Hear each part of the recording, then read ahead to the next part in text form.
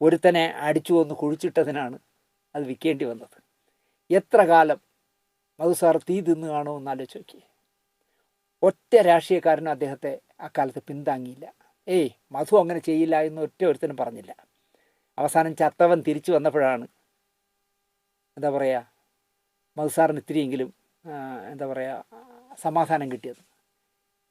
അല്ലെങ്കിൽ ആ ചത്തവൻ തിരിച്ചു വന്നില്ലായിരുന്നെങ്കിൽ 90ാമത്തെ വയസ്സിലും ഇപ്പോൾ നവതി ആഘോഷിച്ച സമയത്തും നസീർ സാറ് മധു സാർ ഒരു കൊലപാതകയായി ജീവിക്കേണ്ടി വന്നതന്നെ. അതും ഈ പറഞ്ഞ പോലെയാണ്. നടനാവാൻ വിധിക്കപ്പെട്ട മധു സാർ സ്റ്റുഡിയോ തുടങ്ങാൻ പോയതിൽ നിന്ന് കിട്ടിയ പ്രതിഫലമായിരുന്നു. നിർമ്മിച്ച സംവിധാനം ചെയ്ത സിനിമകൾ മധു സാറിൻ്റെ കൈ പൊള്ളിച്ചതേയില്ല. സെൻറ്റിന് 1000 രൂപ വെച്ച് വാങ്ങിയ സ്ഥലമാണ് ഏഷ്യാനെറ്റിന് ഉമാ സ്റ്റുഡിയോ വിൽക്കുമ്പോൾ സെൻറ്റിന് 1 ലക്ഷം രൂപ വെച്ച് കിട്ടിയത്. അതുകൊണ്ട് അതിലും പുള്ളിക്ക് നഷ്ടം വന്നില്ല. പക്ഷേ കുറച്ച് കാലമെങ്കിലും മധു സാറ് നന്നായിട്ട് അനുഭവിച്ചു. കാരണം ഒരു കൊലപാതകി എന്നല്ലേ പറയണേ, എന്ത് ചെയ്യാൻ പറ്റും? സാറിൻ്റെ ഒരു ക്യാരക്ടർ വെച്ച് കേൾക്കുന്നവരെല്ലാം വിശ്വസിക്കുകയും ചെയ്യും. അങ്ങനെ നടനായി മാത്രം ജീവിക്കേണ്ട മധു സാറും കളം മാറ്റി ചവിട്ടിയപ്പോൾ തിക്താനുഭവങ്ങളുണ്ടായ ആളാണ്. അതുപോലെ തന്നെ കലാസംവിധായകനായിരുന്ന ഭരതൻ, RK എന്ന് വിളിക്കുന്ന രാധാകൃഷ്ണൻ, രാജീവ് അഞ്ചൽ. ഭരതൻ സംവിധായകൻ എന്നുള്ള നിലയിൽ എന്തായാലും പേരെടുത്തു. അദ്ദേഹം കലാസംവിധാനം രംഗം വിട്ട് സംവിധായകനായെങ്കിലും അതിൽ വലിയ വിജയമായിരുന്നു. നമുക്ക് വ്യത്യസ്തമായ കുറേ സിനിമകൾ കിട്ടി. പക്ഷേ ഭരതൻ എന്ന് പറഞ്ഞ സിനിമാക്കാരൻ്റെ ബാക്കി പത്രം പരിശോധിച്ചാൽ മദ്രാശിയിലെ മനോഹരമായ വീടടക്കം നഷ്ടമാവുന്ന കടക്കാരനായിയാണ് അദ്ദേഹം മരിക്കുന്നത്. കാരണം സിനിമ നിർമ്മിച്ച് കയ്യിലെ കാശ് മുഴുവൻ നശിപ്പിച്ചു, വീടും നശിപ്പിച്ചു. RK എന്ന് പറയുന്ന ആൾ പിന്നെ അങ്ങനെയൊന്നും ആയിരുന്നില്ല എന്ന് വേണമെങ്കിൽ പറയാം. പോസ്റ്റർ ഡിസൈനിൽ അദ്ദേഹം ഉറച്ചു നിന്നിരുന്നുവെങ്കിൽ കേരളത്തിലെ ഏറ്റവും വലിയ പോസ്റ്റർ ഡിസൈനറായി അദ്ദേഹം മാറിയേനെ. കാരണം ഒരു കാലത്ത് എവർഷൈൻ്റെ സിനിമകളുടെയൊക്കെ പോസ്റ്റർ ഡിസൈനിങ് എന്ത് രസമായിട്ടാണ് അദ്ദേഹത്തിൻ്റെ സ്കെച്ചുകൾ കൊണ്ടുണ്ടാക്കിയിരുന്നത്. ജോഷി സാർ സംവിധാനം ചെയ്ത് ഇതിഹാസം, ആരംഭം എന്നൊക്കെ പറഞ്ഞ സിനിമകളുടെയൊക്കെ പോസ്റ്റർ ഞാൻ കൊതിയോടെ നോക്കി നിന്നിട്ടുണ്ട്. 6 ഷീറ്റ് RKയുടെ എന്താ പറയുക പെയിൻറ്റിങ്ങിലുണ്ടാക്കിയ പോസ്റ്ററുകൾ. പക്ഷേ അദ്ദേഹം സംവിധായകനാവാനിറങ്ങി സംവിധാനം ചെയ്ത സിനിമകളൊന്നും നോട്ടബിളായില്ല. മയിൽപീലി എന്ന് പറഞ്ഞ സിനിമ പൂർത്തിയായതുമില്ല. അങ്ങനെ സംവിധായകൻ എന്നുള്ള നിലയ്ക്ക് ഒരു പേരെടുക്കാൻ കഴിഞ്ഞില്ല. അപ്പോഴേക്കും കലാസംവിധാന രംഗത്തേക്ക് വേറെ ആൾക്കാർ വന്നു. അതേപോലെയാണ് രാജീവ് അഞ്ചൽ. രാജീവ് അഞ്ചൽ അമ്മാനങ്കിളി മുതൽ എന്താ പറയുക സിനിമാ സംവിധായകനായി മാറാതിരുന്നുവെങ്കിൽ മലയാളത്തിൽ സ്വാമിയേട്ടൻ എന്നെല്ലാവരും വിളിക്കുന്ന കോന്നനാട്ടിനെ പോലെ, സ്വാമിയേട്ടനെ പോലെ വലിയ കലാസംവിധായകനായി മാറിയാണ്. പക്ഷേ അദ്ദേഹം അതിനിടയിൽ കയറി സംവിധാനം ചെയ്യാൻ പോയതിലാണ് പറ്റിയത്. അവസാനം അദ്ദേഹത്തിന് തന്നെ അത് തിരിച്ചറിവ് വന്നു എന്നാണ്. അദ്ദേഹം അതുകൊണ്ട് അതൊക്കെ മാറ്റിയിട്ട് ചടയമംഗലത്ത് ഗരുഡൻപാറയിൽ മനോഹരമായ ഗരുഡൻ്റെ പ്രതിമയൊക്കെ ചെയ്ത് അങ്ങനെ സ്കൾപ്ചറിലേക്ക് ഈ പ്രതിമകൾ ഉണ്ടാക്കുന്നതിലേക്ക് മാറിപ്പോയി. അല്ലായിരുന്നെങ്കിൽ മലയാള സിനിമയിൽ ഞാനിപ്പോഴും ഓർക്കുന്നു, JC സാറിൻ്റെ പുറപ്പാടിന് വേണ്ടി അദ്ദേഹം ഉണ്ടാക്കിയ മിനിയേച്ചർ വർക്കുകൾ, വെള്ളപ്പൊക്കമൊക്കെ വരുന്ന അവിടെ വീടുകളൊക്കെ ഒലിച്ചു പോകുന്നതൊക്കെ മിനിയേച്ചറിൽ ചെയ്തത് മനോഹരമായി ചെയ്ത ആളായിരുന്നു രാജീവ് അഞ്ചൽ.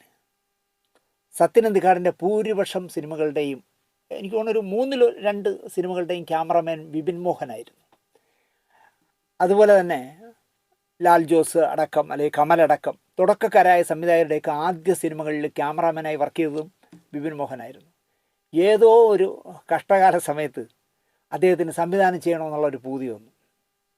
സത്യേട്ടൻ പോലും അതോടുകൂടി ആ സംവിധായകനായി മാറിയതോടുകൂടി സത്യേട്ടൻ്റെ സിനിമയിൽ നിന്ന് വരെ വിപിൻ മോഹൻ ഔട്ടാവുകയും സംവിധാന രംഗത്ത് അദ്ദേഹം വിജയിക്കാതെയായി. ഛായാഗ്രാഹകൻ എന്നുള്ള നിലയ്ക്കുള്ള വിലയും കിട്ടാതെ പോയി, അവസരങ്ങൾ കിട്ടാതെ പോയി. അതേ വഴിയിലാണ് അഴകപ്പനും പോയത്. പക്ഷേ അഴകപ്പൻ ഒറ്റ സിനിമയോടുകൂടി അപകടം മനസ്സിലായി തോന്നുന്നു. പട്ടം എന്തോ പറഞ്ഞൊരു പടമാണല്ലോ ചെയ്തത്, പട്ടം പൊട്ടിപ്പോയി. അതോടുകൂടി അദ്ദേഹം വീണ്ടും ക്യാമറാമാനായി പോയി. പക്ഷേ ആ സംവിധാനത്തിന് പോയതോടുകൂടി അദ്ദേഹത്തിൻ്റെ ആ അവസരങ്ങളുടെ ഒഴുക്ക് അവസാനിച്ചു എന്ന് വേണമെങ്കിൽ പറയാം. തിരക്കിൽ നിന്ന ആളായിരുന്നു ഒരു കാലത്ത് കോസ്റ്റ്യൂമർ അല്ലെങ്കിൽ കോസ്റ്റ്യൂം ഡിസൈനർ എന്ന് പറയുന്ന മഹി ആകാൻ ഇറങ്ങി. ദിലീപിനെ വെച്ചൊക്കെ ഏതൊക്കെയോ സിനിമകൾ ചെയ്തു. സാമ്പത്തിക പ്രതിസന്ധിയിൽപ്പെട്ട് മഹി എങ്ങുമല്ലാതായി. കോസ്റ്റ്യൂം പ്രൊഡ്യൂസറായ ഒരാളിനെ പിന്നെ ആരെങ്കിലും കോസ്റ്റ്യൂമറായിട്ട് വയ്ക്കില്ല. മഹി അതോടെ എവിടെ പോയി. അതുപോലെ പ്രൊഡക്ഷൻ എക്സിക്യൂട്ടീവ് രംഗത്ത് കല്ലൂർ ശശി, ഗിരീഷ് വൈക്കം, AR കണ്ണൻ, 7 ആർട്സ് മോഹൻ, ആൽവിൻ ആൻ്റണി ഒരു കാലത്ത് സിനിമയിൽ സജീവമായി നിന്നവരാണ് ഇവരെല്ലാം. ഇവരെപ്പോഴാണോ നിർമ്മാതാക്കളാവാൻ ഇറങ്ങിയത് അതോടുകൂടി അവരുടെ നിർമ്മാണ നിർവാഹകൻ എന്നുള്ള പോസ്റ്റേ നഷ്ടപ്പെട്ടു. പിന്നെ ആരും വിളിക്കാതെ, കാരണം അയ്യോ അയാൾ പ്രൊഡ്യൂസറല്ലേ എന്ന് കേൾക്കും. അങ്ങനെ കടിച്ചതും പിടിച്ചതും പോയി എന്ന് പറയുന്നതായിരിക്കും ശരി.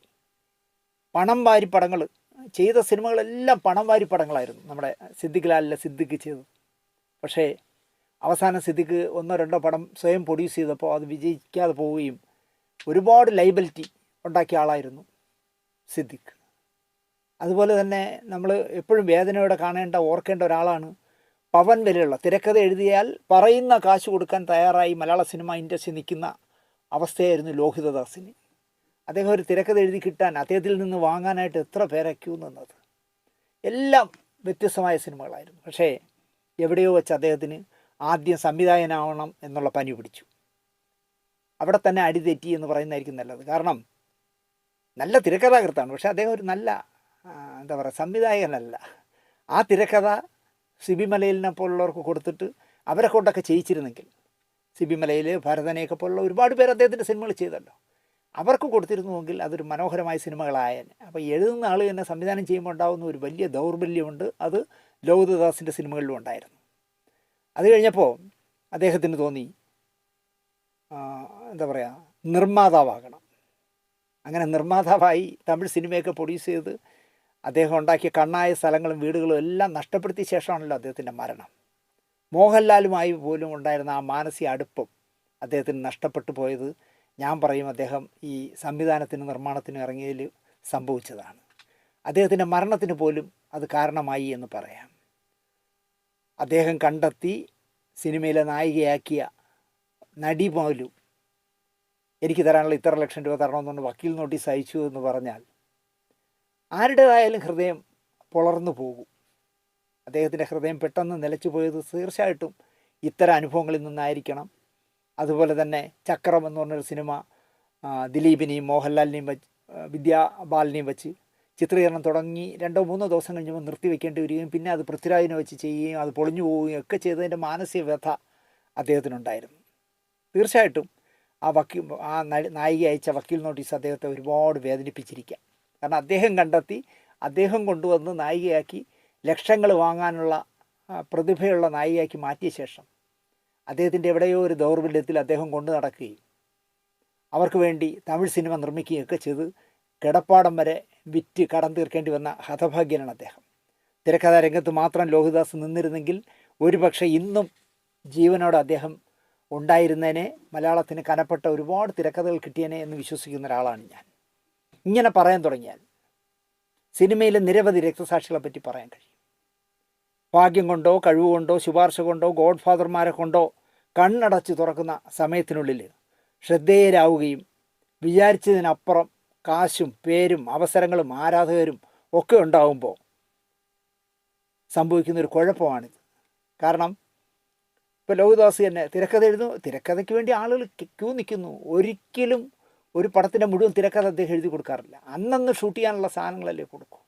അത്രയും ഡിമാൻഡ് ഉണ്ടായിരുന്ന ഒരു തിരക്കഥാകൃത്തായിട്ട് പോലും അദ്ദേഹം സംവിധാനം ചെയ്യാനും നിർമ്മിക്കാനും ഇറങ്ങരുതായിരുന്നു. സമചിത്തത ഇല്ലാതായി പോകുന്നതിൽ പറ്റുന്ന ഒരു പാളിച്ചയാണെന്ന് ഞാൻ പറയാം. ഇപ്പോൾ ഇതൊക്കെ ഞാൻ നിങ്ങളെ എന്തിന് വീണ്ടും വീണ്ടും ഓർമ്മിപ്പിക്കുന്നു എന്ന് ചോദിച്ചാൽ, നമ്മുടെ കവിയും ഗാനരചയിതാവും നടനുമൊക്കെയായ കൈതപ്രം ദാമോദരൻ നമ്പൂതിരി അങ്ങനെ വിവാദങ്ങളൊന്നും ഉണ്ടാക്കുന്ന ആളല്ല. പക്ഷേ ഈ അടുത്ത കാലത്ത് അദ്ദേഹം തുടരെ ഓരോരോ ചാനലുകളിൽ വന്നിരുന്ന് അദ്ദേഹം ആരെയെല്ലാം പുച്ഛിക്കാമോ, ആരെയെല്ലാം ശപിക്കാമോ, ആരെയെല്ലാം മോശം വാക്കുകൾ പറയാമോ ഒക്കെ പറഞ്ഞുകൊണ്ടേയിരിക്കുന്നു. അത് കണ്ടപ്പോഴാണ് എനിക്ക് തോന്നിയത് ഈ മനുഷ്യൻ എന്ത് പറ്റി എന്ന് തോന്നിയിടത്തു നിന്നാണ് ഞാനിപ്പോൾ ഈ വിഷയം സംസാരിക്കാൻ കാരണം. ഇത്രയും പേരെ കാര്യം, തമ്പിസാറ് മുതൽ ലോഹിതദാസ് വരെ ഉള്ളവരുടെ അവർ വിരാജിച്ചിരുന്ന മേഖലയിൽ നിന്ന് മാറി നിർമ്മാതാവാകാനും സംവിധായകനാകാനും ഒക്കെ ഇറങ്ങി തിരിച്ചതിലുണ്ടായ നഷ്ട കഥകളാണല്ലോ ഞാൻ ഇതുവരെ പറഞ്ഞത്. കൈതപ്രത്തിന് ഇപ്പോൾ 73 വയസ്സായി. ഹൈസ്കൂൾ വിദ്യാഭ്യാസം കഴിയുമ്പോൾ ഫീസ് കൊടുക്കാനില്ലാത്തതുകൊണ്ട് അന്നത്തുള്ള അന്നത്തിന് വേണ്ടി പൂജാരിയായി മാറിയ ഹതഭാഗ്യനാണ് കൈതപ്രം ദാമോദരൻ നമ്പൂതിരി. അങ്ങനെ പൂജാരിയായി കുറേ കാലം നടന്നിട്ട് അദ്ദേഹം തിരുവനന്തപുരത്ത് വന്നു. തിരുവനന്തപുരത്ത് എനിക്ക് തോന്നുന്നു തക്കാട് NSSൻ്റെ അയ്യപ്പ ക്ഷേത്രത്തിലെ പൂജാരിയായിരുന്നു കുറച്ച് കാലം. അത് കഴിഞ്ഞ് അദ്ദേഹം നരേന്ദ്രപ്രസാദിൻ്റെ നാട്യഗ്രഹം എന്ന് പറഞ്ഞ നാടക ട്രൂപ്പിൽ പങ്കാളിയാവുകയും അതിൽ പാട്ടെഴുത്തും സംഗീതവും പാടുകയും ഒക്കെ ചെയ്താണ് അദ്ദേഹം കലാരംഗത്തേക്ക് വരുന്നത്. പിന്നെ കുറച്ചു കാലം മാതൃഭൂമി പത്രത്തിൻ്റെ പ്രൂഫ് റീഡറായിരുന്നു. അക്ഷര തെറ്റ് തിരുത്തുക എന്നുള്ള ജോലിയായിരുന്നു. ആരോ സംവിധായകൻ ഫാസിലിനോട് പറഞ്ഞു, കൈതപ്പുറം ദാമോദരൻ നമ്പൂതിരി എന്ന് പറഞ്ഞൊരു കവിയുണ്ട്, നല്ല രസമായിട്ട് എഴുതുന്ന ആളാണ്, നാട്യഗ്രഹത്തിൽ നരേന്ദ്രപ്രസാദിന് വേണ്ടി പാട്ടൊക്കെ എഴുതുന്ന ആളാണെന്ന് പറഞ്ഞപ്പോൾ ഫാസിൽ വിളിച്ചു വരുത്തിയാണല്ലോ അദ്ദേഹത്തെ ആലപ്പുഴയിലെ ബ്രദേഴ്സ് എന്ന് പറഞ്ഞ അദ്ദേഹത്തിൻ്റെ ഭാഗ്യ ലോഡ്ജായ ബ്രദേഴ്സിൽ അവിടെ ഇരുന്നാണ് അദ്ദേഹം സ്ക്രിപ്റ്റ് എഴുതാറ്. അവിടെ വയലാർ ഇരുന്ന് എഴുതിയിരുന്ന മുറിയെടുത്ത് എന്താ പറയുക കൈതപ്പുറത്തിന് കൊടുത്തിട്ടാണ് അദ്ദേഹം പാട്ട് എഴുതിച്ചത്. എന്നെന്നും കണ്ണേട്ടൻ എന്നായിരുന്നു പടത്തിൻ്റെ പേര്. ആദ്യം എഴുതിയ പാട്ട് തന്നെ നിങ്ങൾക്ക് എന്നും മലയാളി ഓർക്കുന്ന പാട്ടല്ലേ, ദേവദുന്ദുഭി സാന്ദ്രലയം ദിവ്യവിഭാത സോപാന രാഗലയം ധ്യാനമുണർത്തും മൃദുപല്ലവിയിൽ കാവ്യമരാള ഗമനലയം എന്ന് പറഞ്ഞ മനോഹരമായ പാട്ട്. ജെറി അമൽദേവിൻ്റെ സംഗീതത്തിൽ മഞ്ഞിലുരിഞ്ഞ പൂക്കളിലൂടെ ഫാസിൽ തന്നെ കണ്ടെത്തിയ ജെറി അമൽദേവിൻ്റെ സംഗീതത്തിൽ യേശുദാസ് പാടിയ മനോഹരമായ പാട്ടാണ്. എന്നും നമ്മൾ ആ പാട്ട് ഓർക്കും. അതുപോലെ തന്നെ പൂവട്ടക തട്ടിച്ചിന്നി പൂമഴയിൽ പുതുമഴ ചിന്നി പൂക്കൈത കയ്യും വീശി ആമല ഈമല പൂമല കയറി അങ്ങേ കണ്ടെത്ത തീർത്താ പെണ്ണിന് ഉമ്മ കൊടുത്തു താൻ തോന്നിക്കാറ്റ്. അതുവരെ നമ്മൾ കേട്ട സിനിമാ പാട്ടുകളിലുള്ള ഒരു വാക്കുകളല്ല, രസകരമായ ഒരു വേണമെങ്കിൽ ഒരു സാമ്യത വേണമെങ്കിൽ കാവാലുമായിട്ട് സാമ്യപ്പെടുത്താം. അങ്ങനെയുള്ള രസകരമായ പാട്ടുകൾ എഴുതിക്കൊണ്ടാണ് അദ്ദേഹം തുടങ്ങുന്നത്. അതുപോലെ തങ്കത്തള താളം തെറ്റി കാർകൂന്തൽ കുളിരി ചിന്നി നീരണിയും നാണമാകുമ്പോൾ വെൺപുഴയിൽ അവളുടെ തങ്കത്തള താളം തെറ്റി എന്ന് പറഞ്ഞാൽ വേറൊരു പാട്ടുണ്ട്. കണ്ണേട്ടനിലെ എല്ലാ പാട്ടും ഹിറ്റുകളായിരുന്നു. 1986 വിഷുവിനാണ് എന്നെന്നും കണ്ണേട്ടൻ എന്ന് പറഞ്ഞ സിനിമ റിലീസായത്. ആ 1986 വിഷുക്കാലം മുതൽ മലയാള സിനിമയ്ക്ക് ഒരു വലിയ ഗാനരചയിതാവിനെ കിട്ടുകയായിരുന്നു. പിന്നെ കുറേ കാലം ഒരു എന്താ പറയുക കൈതപ്രത്തിൻ്റെ കാലഘട്ടമായിരുന്നു എന്നോ അല്ലെങ്കിൽ കൈതപ്രത്തിൻ്റെ യുഗമായിരുന്നു എന്നോ പറഞ്ഞാലും തെറ്റൊന്നുമില്ല. കാരണം മറ്റുള്ളവരെല്ലാം നിഷ്പ്രഭരായി പോകുന്നത് പോലെ പാട്ട് എഴുതിക്കേണ്ട സിനിമയിൽ ഒരു പാട്ടുണ്ടെങ്കിൽ കൈതപ്രത്തിനെ വിളി എന്ന് പറയുന്ന ഒരവസ്ഥയിലേക്ക് കുറേ കാലം പോയി. പിന്നെ കോഴിക്കോട്ടുകാരനായ ഗിരീഷ് പുത്തഞ്ചേരി വരേണ്ടി വന്നു കൈതപ്രത്തിന് ഇത്തിരി വിശ്രമം കൊടുക്കാൻ. കണ്ണീരുപ്പ് കലർന്നൊരു മണലിൽ എന്നെഴുതാൻ കൈതപ്രത്തിന് കഴിഞ്ഞത് കൈതപ്രത്തിലൂടെയും തലശ്ശേരിയിലൂടെയുമുള്ള മണ്ണിലൂടെ വിശപ്പ് സഹിച്ച് നടന്നൊരു ബാല്യം എനിക്കുണ്ടായിരുന്നു എന്ന് ഒരു മടിയുമില്ലാതെ പറയുന്ന ആളാണ് കൈതപ്പുറം ദാമോദരൻ നമ്പൂതിരി. കണ്ണീരുപ്പ് കലർന്ന മണ്ണ് എന്ന് അത് അമരത്തിലെ പാട്ടിലാണല്ലോ ആ വരി ഉപയോഗിച്ചത്. എതിരാളികളില്ലാത്ത ഒന്നാമനാവുമ്പോൾ മനുഷ്യന് സ്ഥായിയായി ഉണ്ടാകുന്ന ചിന്തകൾ കൈതപ്പുറത്തിനും വന്നു. അതാണ് പ്രശ്നം.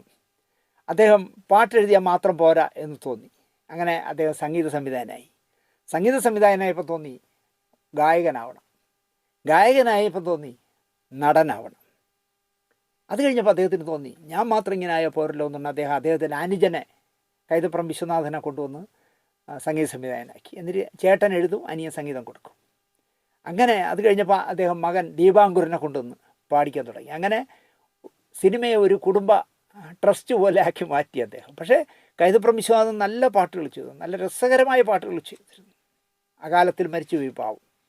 ആഗ്രഹങ്ങൾ പല പല വഴികളിലൂടെ മാറി മാറി നടന്ന് പോയപ്പോൾ സിനിമയല്ലേ, എവിടെയെങ്കിലും ഒരവസരം കിട്ടിയാൽ യവനിട്ടൊരു അടി കൊടുക്കണമെന്ന് സിനിമാക്കാർ വിചാരിക്കും. അതാണ് കുഴപ്പം. കാരണം സിനിമയിൽ നിൽക്കുന്ന ഒരാൾ ഫീൽഡ് മാറി പോകുന്നു എന്ന് കണ്ടാൽ ഒരു മേഖലയിൽ നിന്ന് വേറൊരു മേഖലയിലേക്ക് പോയാൽ ഞാൻ നേരത്തെ പറഞ്ഞ ആളുകളെ പോലെയാണ്. ഒരു അടി എവിടെയെങ്കിലും വെച്ച് കൊടുക്കണമെന്ന് തോന്നും, കിട്ടുന്ന സമയത്ത് വെച്ച് കൃത്യമായി അടിക്കും എന്നുള്ള സത്യമാണ്. തക്കം പാർത്തിരുന്നവർ ഒരു എതിരാളിയെ കണ്ടെത്തും എന്നുള്ള കാര്യം ഉറപ്പാണ്. അങ്ങനെ കൈതപ്പുറം മാത്രം എഴുതണം, നമുക്ക് വേറൊരാളെ കണ്ടെത്താം. അങ്ങനെ കണ്ടെത്തിയ അതേ കോഴിക്കോട്ടുള്ള ആളുടെ തന്നെ കണ്ടെത്തി എന്നുള്ളതാണ് ഗിരീഷ് പുത്തഞ്ചേരി.